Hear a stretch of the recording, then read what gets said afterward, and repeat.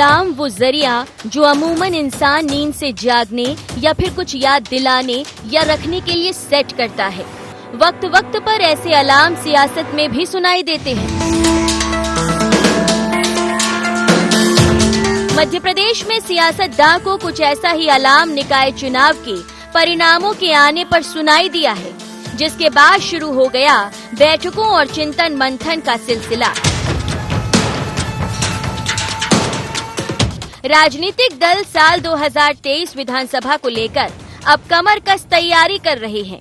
शहर सरकार की जंग में भाजपा ने भले दबदबा कायम रखा हो, जीत को लेकर उत्साहित भी हो, लेकिन संगठन अब इसे अलार्म के तौर पर देख रहा है। प्रदेश अध्यक्ष वीडी शर्मा बोले कि हम मंथन करेंगे। अलार्म भी रहते हैं, ये अलार्म है हमारे लिए कि अगर कहीं हमने लूज किया तो कौन सी कमी हमसे छूटी है। मैं उन सभी कार्यकर्ताओं को बधाई भी देता हूं और इस पर हम और काम करने वाले हैं। कहां हम कमजोर रह गए, लेकिन किन कारणों से हम लूज किए, इसके बारे में भी गंभीरता से मंथन भारतीय जनता पार्टी समीक्षा के तौर पर करेगी। इसकी तैयारी हमने शुरू कर दी है और इन सारे मुद्दों पर हम आगे बढ़ने का काम, आगे की तैयारी चुनावी मैदान में उतर करके हमारे बूथ का जो हम सोचते थे आज हम उसमें सफल हैं, इसको और ताकत देने का काम पूरे मध्य प्रदेश के अंदर करेंगे। चुनावी मोड में रहने वाली भाजपा ने तो संगठन और सिपह सालारों को ताकीद कर दी। आगामी चुनाव के लिए अब समय नहीं बचा।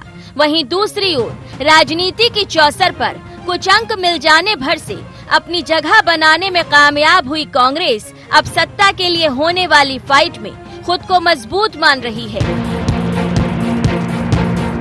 जनता से मिले आशीर्वाद को देख पार्टी में उम्मीद जगी है। उसकी माने तो अब कांग्रेस एक बार फिर सत्ता में काबिज होगी। वीडी शर्मा 3 दिन के गहरे चिंतन के बाद इनके समझ में आया कि 7 नगर निगम 16 में से तुम हार गए हो, भारतीय जनता पार्टी हार गई है।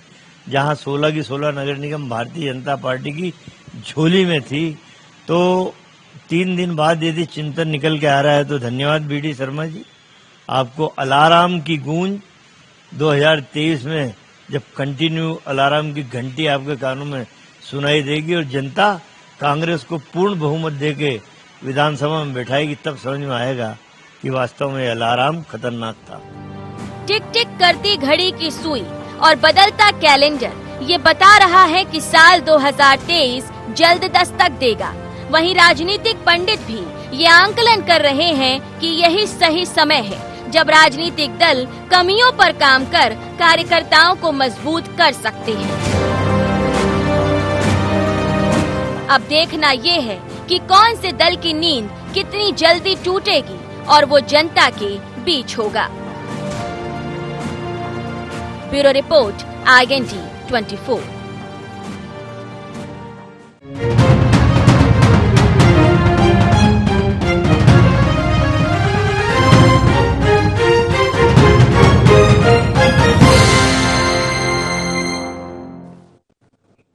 नमस्कार, IND एजेंडा कहीं कहीं अलार्म में आपका स्वागत है। मैं हूं आपके साथ नवीन पुरोहित। चर्चा को विस्तार देंगे, उसके पहले IND एजेंडा के मुख्य बिंदुओं की तरफ एक निगाह डालते हैं। क्या कहीं जीत कहीं हार ने बजा दी सियासी दलों की घंटी? साल 2023 के लिए अब क्या रोड मैप तैयार करेगी कांग्रेस? क्या भारतीय जनता पार्टी मंथन कर कम कर पाएगी चिंता?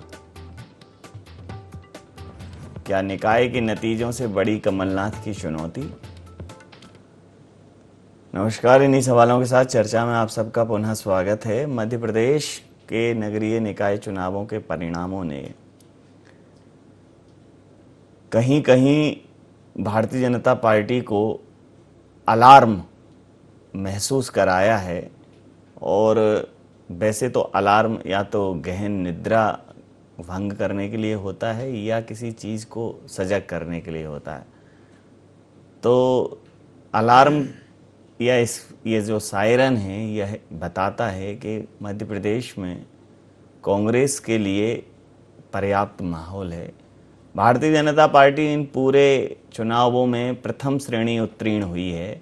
लेकिन पिछली बार वो 100% थी नगरीय निकाय नगर निगम के अगर दृष्टिकोण से देखें।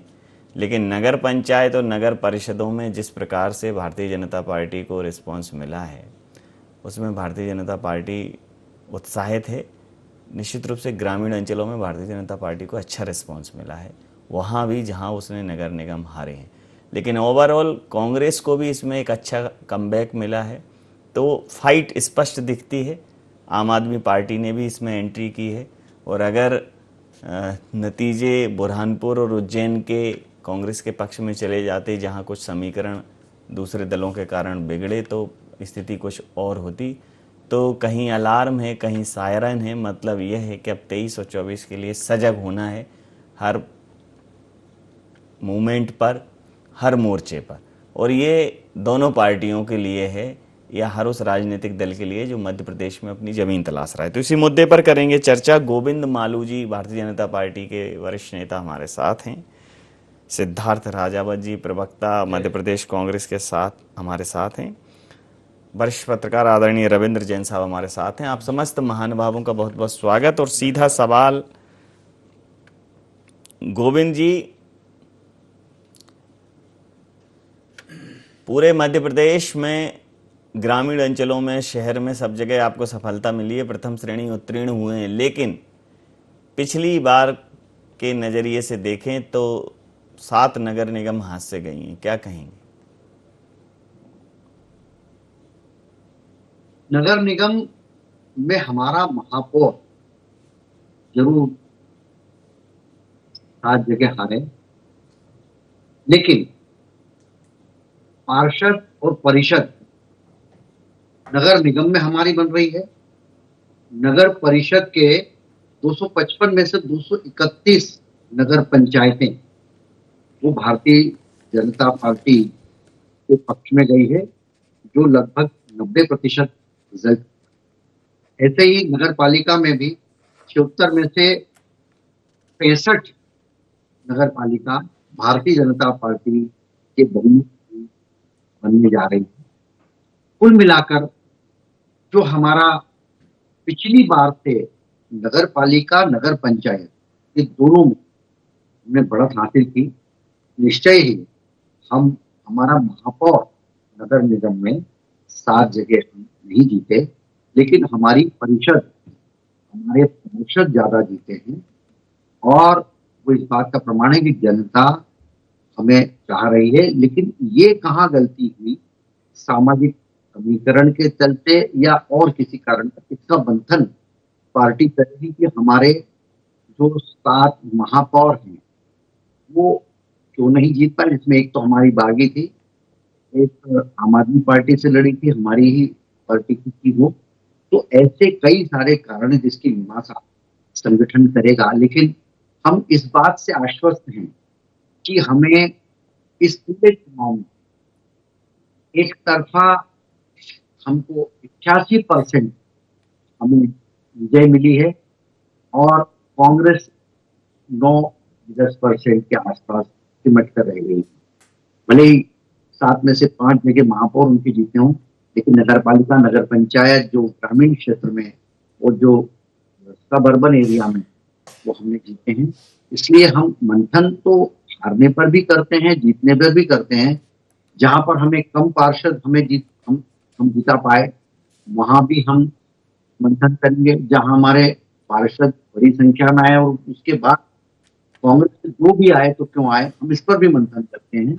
और हम आगे की चुनौती को इसी रूप में लेते हैं, क्योंकि हमारी बूथ की इकाई जिसको हमने चौबंद करके और बूथ की पूरी रचना को हम आप परिपुष्ट करके, और अलार्म की बात हुई है, अलार्म जो है वैसे तो सजगता के लिए होता है, कहीं कहीं अलार्म खतरे की घंटी के तौर पर भी जाना जाता है। तो आपको लगता है कि ये जो अलार्म जिसका जिक्र बीडी शर्मा जी ने किया है वो सिर्फ जो है सजगता का पर्याय है, या फिर खतरे की घंटी महसूस कर रहे हैं? कहीं सजगता का ही पर्याय है, खतरे की कोई घंटी नहीं है। मैंने आपसे कहा ना कि ग्वालियर हो या जबलपुर हो, जहां पर हमारे महापौर नहीं जीते, लेकिन हम वहां पर परिषद में बहुमत में, यानी लोग हमको चाह रहे, ज्यादा वार्ड में हम जीते और हमारा बहुमत बन रहा है।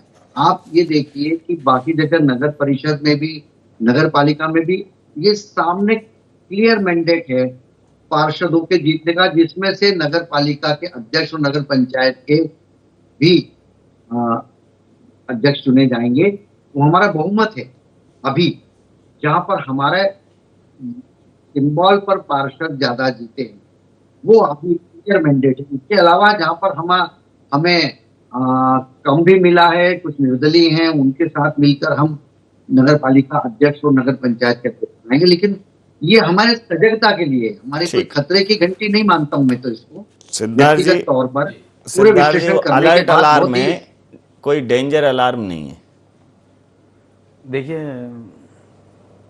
इससे पूर्व जब बीडी शर्मा जी ने चुनाव से पूर्व बहुत बड़ी बड़ी घोषणाएं की थी कि हम 16 में से 16 महापौर जीत रहे हैं, और उन्होंने बोला था कि हम संपूर्ण मध्य प्रदेश में प्रचंड बहुमत के साथ हम आ रहे हैं। और यही बात हमारे प्रदेश के मुख्यमंत्री श्री शिवराज सिंह चौहान जी ने भी बोला था। आप देखिए, रस्सी जल गई पर बल नहीं गया। क्या कारण है कि आज भी ये स्वीकार नहीं कर रहे हैं?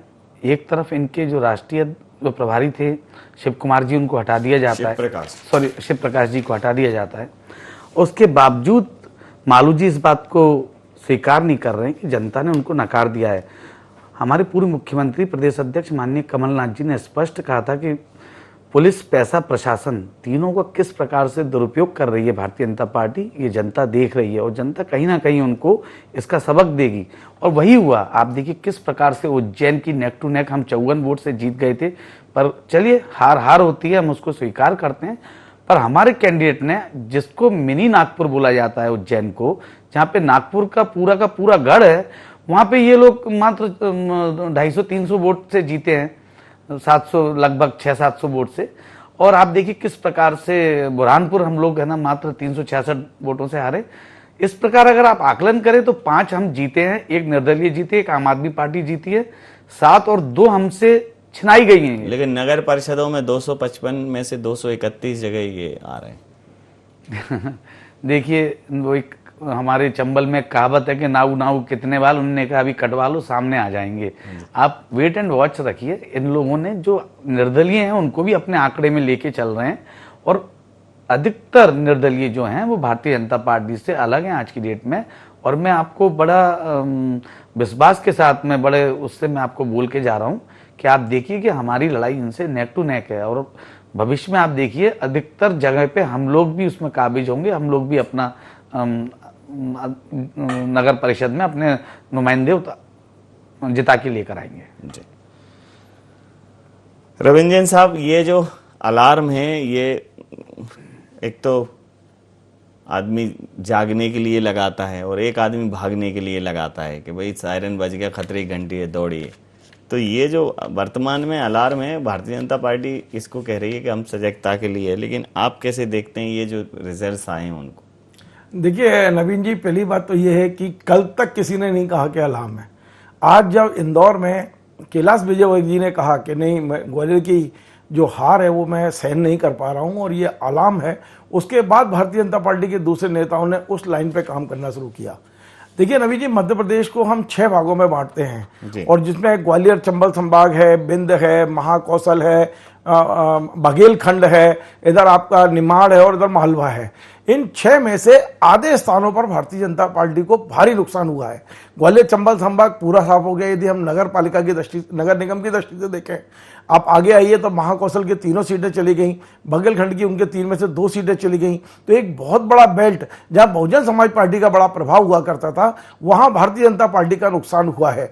और तब हुआ है जब आपकी एंट्री लगभग वहां हो चुकी है, आपने उस पूरे एरिया पे एंट्री कर ली है, और भारतीय जनता पार्टी आप भी उसी इलाके से आप अंदर घुस रही है जहां से बहुजन समाज पार्टी आई थी। तो आप इन सब चीजों को देखना होगा, और इसी बात को आज बीडी शर्मा जी ने शायद महसूस किया है कि जो बहुजन समाज पार्टी कांग्रेस का नुकसान किया करती थी, अब आप पार्टी आकर भारतीय जनता पार्टी का बड़ा नुकसान ना कर दे। 2023 में आप पार्टी सभी सीटों पर चुनाव लड़ने की तैयारी कर रही है, और हमने देखा है चाहे दिल्ली हो या पंजाब हो, आप पार्टी ने जहां भी नुकसान किया है, कांग्रेस का कम किया है और भारतीय जनता पार्टी का ज्यादा किया है। तो जो आज अलार्म की बात हो रही है वो कांग्रेस के प्रति तो है ही है, लेकिन सबसे ज्यादा चिंता इस समय जो सता रही है, भारतीय जनता पार्टी गहरी नींद में इसलिए थी कि उत्तर प्रदेश चुनाव में उन्होंने बहुजन समाज पार्टी को ऊपर नकेल कस ली थी। बहुजन समाज पार्टी आप देखेंगे बहुत दिन से भारतीय जनता पार्टी का कुर्ता पकड़ के पीछे पीछे चलने लगी, उसका कोई अपना एजेंडा नहीं। भारतीय जनता पार्टी ने जो कह दिया वो मायावती का बयान हुआ करता था, लेकिन भाजपा को ये लगता था मध्य प्रदेश में कि बसपा के आने से उनकी ताकत बढ़ेगी, लेकिन मध्य प्रदेश में बेशक बसपा अब माइनस हो गई है, अब आप पार्टी यहां बहुत तेजी से एंट्री करी है और ये भारतीय जनता पार्टी के लिए सबसे बड़ा अलार्म मानता हूं मैं, ये सबसे बड़ा सायरन मानता हूं आपके शब्दों में। क्योंकि ये, और दूसरी बात और है कि कांग्रेस अभी भारत सरकार ने बूस्टर डोज की बात की है, तो उनका बूस्टर डोज का आज सुबह अभियान शुरू हुआ, लेकिन कांग्रेस के सारे कार्यकर्ता कह रहे हैं कि हमको तो बूस्टर डोज इस चुनाव ने लगा दिया। उनका कार्यकर्ता बूस्ट हो गया एकदम से, जो हताश था, निराश था, जिनके खिलाफ लगातार एफआईआर हो रही थी, अब उनमें कहीं ना कहीं जागरूकता आ गई है। आज मेरी कांग्रेस के कुछ वरिष्ठ नेताओं से बात हुई और जो प्रश्न आपका था यही प्रश्न मैंने उनसे पूछा कि क्या कारण है कि आप नगर पालिका और नगर पंचायत बुरी तरह हारे हैं। तो उनका जो जवाब था ये था कि हमारे नेता कमलनाथ जी एक छत्र इस चुनाव को लीड कर रहे थे और उनका पूरा फोकस 16 नगर पालिकाओं पर था। यदि कमलनाथ जी ने वहां फोकस किया होता तो शायद उसके परिणाम भी कुछ और होते। मैं नहीं कह रहा हूं, ये उनका ये कहना है, मैं उनके हवाले से ही कह रहा हूं जो आज मेरी बात हुई है। तो कमलनाथ जी के जो बंगले पर एक बहुत बड़ा बार रूम बनाया गया है, बहुत बड़ी वहां एक सर्वे टीम खड़ी की गई है। ये जो 16 सीटें जो प्रत्याशी बनाए गए वो सर्वे के आधार पर बनाए गए। तो जो तकनीकी चीजें कमलनाथ जी ने इस बार जो जिस तरह का चुनाव लड़ा है वो निश्चित तौर पे उसकी तैयारी अपन मान रहे थे कि ये जो चुनाव है वो कहीं ना कहीं सेमीफाइनल है जो 2023 का। सेमीफाइनल में यदि खतरा है तो अलार्म माना ही जाएगा। निश्चित तौर पे आज स्वीकार किया है माननीय बीडी शर्मा जी ने कि अलार्म है। यदि भारतीय जनता पार्टी के पास पूरा 1 साल का टाइम है, यदि वो पूरा मूल्यांकन करते हैं, चिंता करते हैं, चिंतन करते हैं, मंथन करते हैं और जो कमियां हैं उसे दूर करते हैं तो अच्छा होगा। एक अंतिम बात कह के मैं खत्म करूंगा कि एक बड़ा मैसेज इस समय सोशल मीडिया पर चल रहा है कि भारतीय जनता पार्टी नहीं हारी है। ये जो 7 जगह हारी है वो भारतीय जनता पार्टी नहीं हारी है, भारतीय जनता पार्टी के अंदर जो कांग्रेस आ गई है वो हारी है। अभी जो कुछ दिनों में जो कांग्रेस भारतीय जनता पार्टी में आ गई है वो हारी है। तो इस तरह के तमाम मूल्यांकन इस समय सोशल मीडिया पर मालवीय जी क्या कहेंगे भारतीय जनता पार्टी के अंदर? ये तो आकलन अपना अपना है, लेकिन हम ऐसा मानते हैं कि हम ये हमारे महापौर हारे मैंने फिर, लेकिन हम जमीन पर नहीं हारे हैं। हमारे पार्षद ज्यादा जीते हैं, हमें वोट ज्यादा मिला है। सजगता जरूरी है हर चुनाव में, चाहे वो छोटा हो, महापौर या हमने पार्षद हारा हो, हम उस पर आकलन जरूर करते हैं। लेकिन मुझे नहीं लगता है कि कोई ऐसा खतरनाक अलार्म है कि सत्ता चली जाएगी, क्या होगा। कांग्रेस को 10% अगर सफलता मिल रही है और हमें 90% मिल रही है, तो इसका अंतर हमको समझना पड़ेगा कि नगर पंचायत की वोटर है, वहां भी पार्षद हैं, नगर पालिका में पार्षद हैं, नगर निगम में उन्होंने फोकस किया। जैसे रविंद्र जी बता रहे थे कि वो कांग्रेस के नेता कह रहे थे कि हमने तो 16 नगर निगम फोकस किया, तो कहाँ भाई पार्षद कहाँ जिता पाए आप ज्यादा? आप तो केवल 5 नगर निगम के महापौर जीते और वो भी कई जगह हम आकलन करेंगे कि हमारी कहाँ गलती हो गई। इसलिए केवल ये कहना, और भारतीय जनता पार्टी में तो सामूहिक नेतृत्व में सब लोग लगे थे, अलग अलग नेता लगे थे। कांग्रेस के पास नेता थे तो वो कहीं लगे ही नहीं थे। हमने देखा कि इंदौर जैसी जगह में तो न दिग्विजय सिंह को बुलाया उन्होंने, न कमलनाथ जी को बुलाया। तो ये कांग्रेस का अंदरूनी मामला है कि वो किसको लगाएं किसको नहीं लगाएं, अकेले लगें, 4 लोग लगें, 6 लोग लगें, कहाँ पर क्या हो रहा है। लेकिन कुल मिलाकर हम इसको एक सजगता के तौर पर हम मानते हैं कि हमें सतर्क होना चाहिए। लेकिन मुझे नहीं लगता है कि कहीं कोई ऐसा खतरा है या बहुत हमको नुकसान हो गया है, ऐसा मैं नहीं मानता। जी सिद्धार्थ जी, अगर जीत का अंतर देखें तो भारतीय जनता पार्टी अगर यही सेमीफाइनल है और अगर यही परफॉर्मेंस है, यही परफॉर्मेंस दोहराया जाता है, भारतीय जनता पार्टी अगर अपने आप को ऐसे भी स्थिर रख पाती है तो 2023 में अगर फाइनल के अकॉर्डिंग ही, सेमीफाइनल के अकॉर्डिंग ही फाइनल जाता है तो आप परफॉर्मेंस तो अच्छा कर पाएंगे, लेकिन सरकार तो फिर भारतीय जनता पार्टी की ही बनेगी। आपको परफॉर्मेंस में मतलब अगर देखा जाए तो पासिंग मार्क हैं आपके और भारतीय जनता पार्टी प्रथम श्रेणी है। और अगर नगर परिषदों और पंचायतों की बात की जाए तो चूंकि उनमें अलग तरीके के चुनाव होते हैं और अगर वो बिना किसी दबाव के और उसके हुए हैं तो बहुत बड़ी संख्या में भारतीय जनता पार्टी को बहुमत मिला है। मार्जिन कम हो सकता है जीत का, संख्या कम हो सकती है, लेकिन इस आंकड़े को अगर भारतीय जनता पार्टी इस आंकड़े को यथावत भी रख पाई तो सरकार बना ले जाएगी।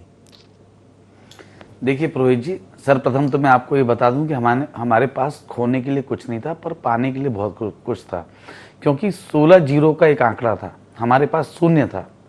और माननीय कमलनाथ जी विगत 8 माह से जो कार्य कर रहे थे, घर चलो घर घर चलो जन जागरण अभियान, उस पर जो काम कर रहे थे उन्होंने, मंडलम सेक्टर, हमारे पन्ना प्रमुख, हमारे ब्लॉक अध्यक्ष, उनके अंदर जो मजबूती थी, उनको उनके बीच में जाके जो उन्होंने पन्ना प्रमुख उनसे बात की, उनको बैठ के मीटिंगों में समझाया, समझे किस स्थिति पे। देखिए जिस समय पे बच्चा 5 साल का था 18 साल से अभी तक कांग्रेस की सरकार नहीं थी। जो बच्चा 5 साल का था वो 23-24 साल का हो गया, उसने कभी कांग्रेस की सरकार नहीं देखी।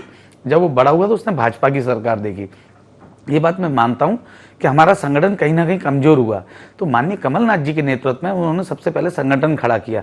आप देखिए ये संगठन की ही मजबूती है जो आज हमको सफलता मिली है, और ये अभी हम लोग यहीं तक नहीं रुकेंगे। माननीय कमलनाथ जी का साफ कहना है कि हमको जमीनी स्तर पे काम करना है, हमको घर घर जाना है, हमको अपने पन्ना प्रमुख बनाना है। एक आदमी के पास 1 यूथ और 5 बूथ की बात की है, जो यूथ कांग्रेस उस पर काम कर रही है और निरंतर काम कर रही है। अब आप ये मत सोचिए हम जीत गए तो घर बैठ गए, हमारे कार्यकर्ता आज भी निकल रहे हैं और फील्ड में जा रहे हैं, काम कर रहे हैं। 23 तक हम अपना पूरा संगठन खड़ा कर लेंगे। और इसी के बीच में हमारे पास एक आंधी आई, आंधी में हमारे 22 विधायक चले गए, टोटल 28 विधायक चले गए, उसमें हमारे बहुत सारे कार्यकर्ता चले गए। तो आप ये मान के चलिए जब एक बहुत बड़ा खेमा चला जाता है तो पूरी रिक्त हो जाता है पूरा स्थान। उसके बावजूद माननीय कमलनाथ जी ने धैर्य नहीं खोया, हमारे कार्यकर्ताओं को एकजुट खड़ा किया। जिस समय पे आंधी तूफान में हमारी कश्ती डूब रही थी, तो आपने भी देखा है कि जिस समय कश्ती डूबती है चूहे पहले कूद के भागते हैं। उसी प्रकार से जो चूहे कूद के भागे, फिर भी माननीय कमलनाथ जी ने उस कश्ती को दोबारा रिपेयर किया, संभाला और फिर उस पर लेके अपने पूरे कार्यकर्ताओं को लेके फिर सैर के लिए निकले। और आपको मैं विश्वास दिलाता हूं कि 23 में आप देखिएगा कांग्रेस किस प्रकार से उभर कर आती है। जी, मैं रविंद्रन साहब आपसे ये जानना चाहूँगा, जैसे ये सब कह रहे थे कि ये इलेक्शन थोड़ा टफ है और एक तरीके से इन्हें सत्ता का सेमीफाइनल देखा जा सकता है, तो 2 चुनौतियां हैं कांग्रेस के सामने। चुनौती है कि उसको अपनी परफॉर्मेंस करीब करीब 2 गुनी बढ़ानी पड़ेगी, और भारतीय जनता पार्टी को चुनौती सिर्फ इतनी है कि अगर वो इसको इस स्थिति में भी अगर यहाँ स्थिरता ला लेती है तो सरकार बना लेगी। तो दोनों ही दलों के लिए चिंताएं अलग अलग हैं। इनको परफॉर्मेंस को बढ़ाना है और उन्हें अगर वो अपना परफॉर्मेंस इतना भी स्थिर रख पाते हैं तो भी सरकार बना जाएंगे। चिंताओं के तरीके अलग हैं लेकिन चिंताएं दोनों दलों की। देखिए मैं आपकी बात से पूरी तरह सहमत हूं कि भारतीय जनता पार्टी का नुकसान तो हुआ है, लेकिन इतना नुकसान नहीं हुआ है कि उनके हाथ से सब कुछ चला गया है। और कांग्रेस की स्थिति ऐसी हो गई है, जैसे एक कहावत है ना कि बंदर को हल्दी की गांठ मिल जाए तो वो पंसारी समझने लगते हैं। तो मुझे कहीं ना कहीं ऐसा लग रहा है कि ये 5 सीटें मिलने के बाद इस तरह का माहौल बना देना, यदि ऐसा अति उत्साह कांग्रेस में हुआ तो फिर कांग्रेस का बड़ा नुकसान भी हो सकता है। कांग्रेस को एक एक कदम आगे बढ़ने की आवश्यकता है और भारतीय जनता पार्टी को संभलने की आवश्यकता है। दोनों ही दल, मध्य प्रदेश में द्विदलीय व्यवस्था है, लेकिन जो तीसरा दल इस समय दस्तक दे रहा है, मैं बार बार उस पर इंगित कर रहा हूं कि चिंता का विषय जो है ना, ये कांग्रेस और बीजेपी के बीच में है, लेकिन 230 सीटों पर इस बार आप पार्टी दस्तक देने वाली है।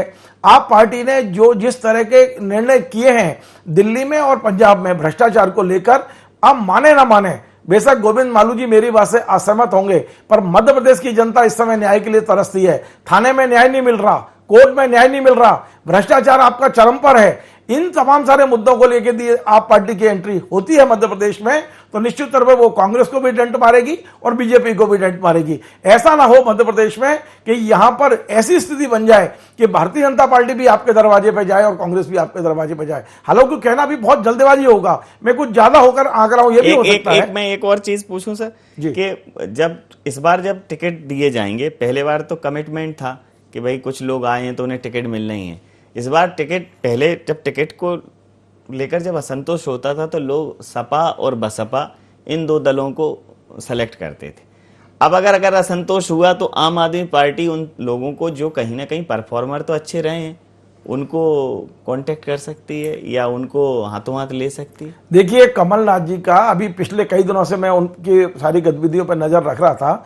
वो 2023 का जो रोड मैप बना रहे थे वो इस आधार पर बना रहे थे कि इस बार भारतीय जनता पार्टी ने कई सख्त निर्णय लिए हैं, पीढ़ी परिवर्तन हुआ है, वहां उन्होंने एक क्राइटेरिया कर दिया कि 70 के ऊपर हम टिकट नहीं देंगे। तो वो जो रूठे हुए नेता हैं उन पर कमलनाथ की नजर थी। लेकिन अब एक ये भी है कि अब अकेले कमलनाथ की नजर नहीं है, अब केजरीवाल की भी नजर उन नेताओं पर लग गई है। क्योंकि अब मैं आपको उदाहरण बताता हूं। आप जयंत मलैया जी को देख लीजिए। जयंत मलैया जी को आपने टिकट नहीं दिया तो उनके बेटे ने कितना नुकसान पहुंचाया। कल यदि आप गोपाल भार्गव के बेटे को टिकट नहीं देंगे तो आप मान के चले कि अभिषेक भार्गव इस बार चुनाव लड़ेंगे, चाहे वो आपसे लड़े, निर्दलीय लड़े या किसी और कांग्रेस से लड़े, लेकिन क्योंकि वो अपना कैरियर चौपट नहीं करेंगे। सिंगरौली में सिंगरौली में भी यही हुआ। भारतीय जनता पार्टी की तो नहीं, ये वो प्रीति सूरी थी कटनी की, भारतीय जनता पार्टी की नहीं थी। सिंगरौली में ये जो रानी अग्रवाल है वो पिछला चुनाव भी आपसे ही लड़ी थी, उनको 30,000 वोट मिले थे, वो उनका वोट बैंक था। वो रानी अग्रवाल पहले से ही आप में थी। लेकिन कटनी में जो हुआ, भारतीय जनता पार्टी ने एक सशक्त उम्मीदवार को टिकट नहीं दिया, वो निर्दलीय जीत कर दिखाया उनने। मैं आपको बताऊं, भारतीय जनता पार्टी की हार नहीं हुई है कटनी में हार हुई है उस नेता की जिसने पूरे प्रशासन को अपने को कैद करके रखा हुआ है। वहां लोगों को न्याय नहीं मिल पा रहा है। आपको पता नहीं है, चुनाव के पहले पत्रकारों को उल्टा लटका के पीटा गया है वह कटनी में। इतना आतंक पुलिस के माध्यम से जो हो रहा है, इस पर भारतीय जनता पार्टी को चिंता करने की आवश्यकता है। हम पत्रकार हैं, हम बता सकते हैं, आरोप नहीं है हमारा, हम सिर्फ जानकारी दे रहे हैं कि सिंगरौली में, कटनी में भारतीय जनता पार्टी की हार केवल आपके नेताओं के, पुलिस के अत्याचार के कारण से हो रही है। यदि आप नहीं समझते हैं तो फिर ये आपकी मर्जी है, परिणाम जनता देगी आपको। समय सीमा के चलते मैं ये चर्चा यहाँ समाप्त करूंगा। आप समस्त महानुभावों को बहुत बहुत धन्यवाद, बहुत बहुत आभार। तो निश्चित रूप से ये अलार्म जो है जगाने के लिए है उस तंद्रा से जो आत्ममुग्धता की है। कांग्रेस अगर आत्ममुग्धता में आ गई कि बहुत अच्छा किया है तो वो ये समझ ले कि अभी दिल्ली बहुत दूर है, बहुत चलना है, बहुत बढ़ना है। और भारतीय जनता पार्टी अगर इसको इस तरह से जस्टिफाई करती है कि गांव में तो अच्छे परिणाम मिले हैं, शहरों में ही तो लॉस हुआ है, हमारे पास अच्छा वोट बैंक है, तो भारतीय जनता पार्टी को यहाँ स्थिर रहने के लिए 23 में बहुत मेहनत करनी पड़ेगी। क्योंकि स्टेबिलिटी ही सबसे बड़ा कंटेंट है किसी भी सब्जेक्ट का। आप कितना स्थिर रह पाते हैं, अगर वो इन चुनाव परिणामों को भी स्थिर रख पाई ऐसे ही तो भी वो सरकार बना लेगी। लेकिन इसके लिए भी उसे एड़ी चोटी का जोर लगाना होगा। IND एजेंडा में दें, आप बने रहिए IND 24 के साथ और देखते रहिए IND 24। नमस्कार।